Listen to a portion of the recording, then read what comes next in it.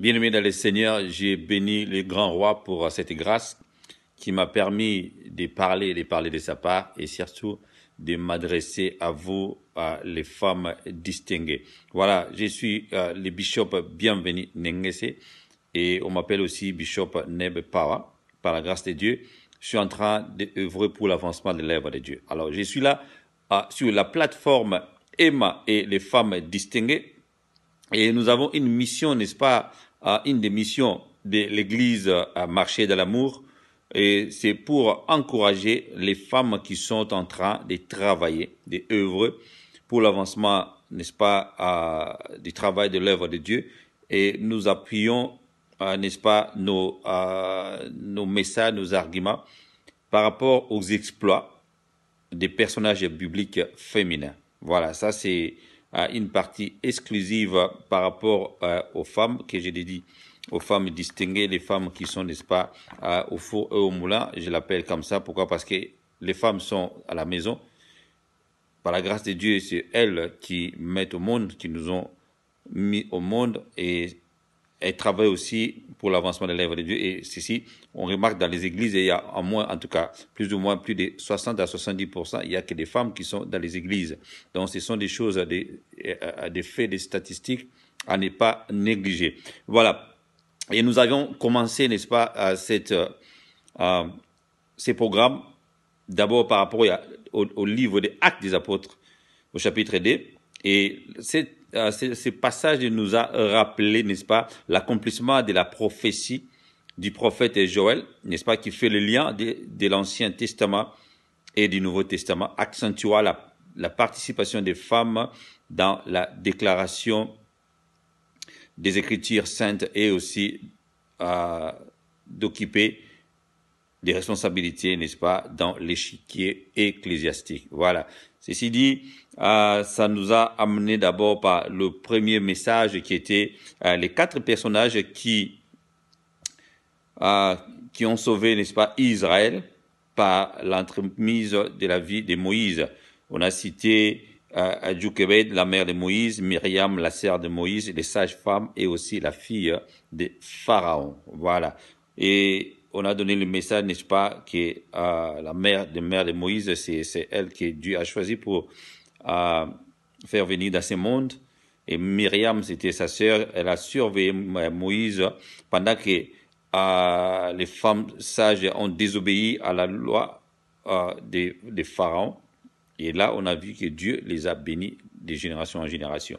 Donc, chaque personnage avait fait quelque chose d'extraordinaire. Et c'est ce qui a fait que même la fille de Pharaon, c'est grâce à elle que Moïse s'est retrouvé dans la maison de Pharaon, élevé. Et aussi, Dieu l'a utilisé par rapport à la connaissance et par rapport au courage qu'il lui a doté pour faire sortir les enfants d'Israël en Égypte. Voilà, le deuxième message, c'était le courage de Déborah. Déborah, une femme mariée, une femme courageuse. Elle avait choisi de travailler aussi avec Barak. Et grâce à son courage, elle était devenue juge. Et aussi, Dieu lui avait déjà choisi pour être une prophétesse. Donc, c'était quelque chose de merveilleux à l'époque pour qu'une femme de travailler.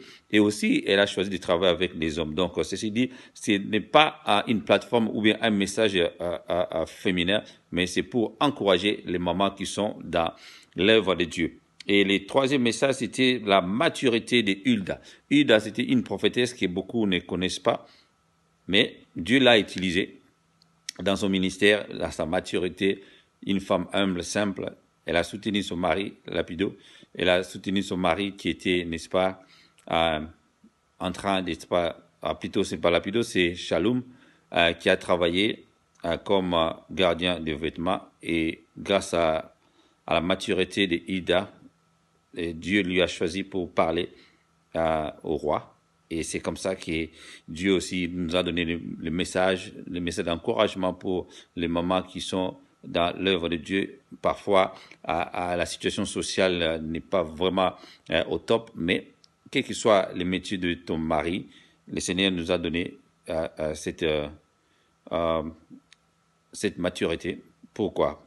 Pour garder toujours le silence, pour être toujours patiente surtout les moments dans l'œuvre de Dieu. Voilà. Et aujourd'hui, nous voulons parler nous voulons parler de la vertu d'Abigail. La vertu d'Abigail, c'est Abigail qui était d'abord la femme de Nabal. Et Nabal, c'était quelqu'un de méchant. Et par rapport aussi à son nom, quelqu'un de méchant. Et les messages se trouvent dans le livre de 1 Samuel, chapitre 25, versets 14 à 39. Voilà. Et Abigail, c'était une femme courageuse aussi, une femme sage, une femme de maturité. Mais ce qui nous intéresse aujourd'hui, c'est la vertu. C'était une femme vertueuse. Donc, on parle de la vertu d'Abigail. Abigail qui était femme de Nabal et après, elle était devenue femme de David. Donc, on parle, n'est-ce pas, de la vertu. La vertu, d'abord, c'est quoi? La vertu est une qualité noble.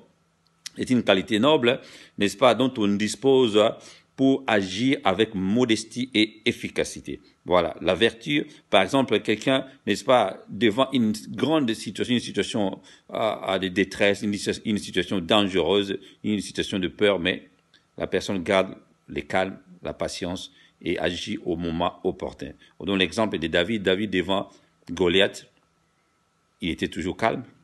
Donc, c'était aussi une vertu de David devant Goliath. Et nous avons vu aussi, n'est-ce pas, la femme de Moïse, devant une situation dramatique, Dieu voulait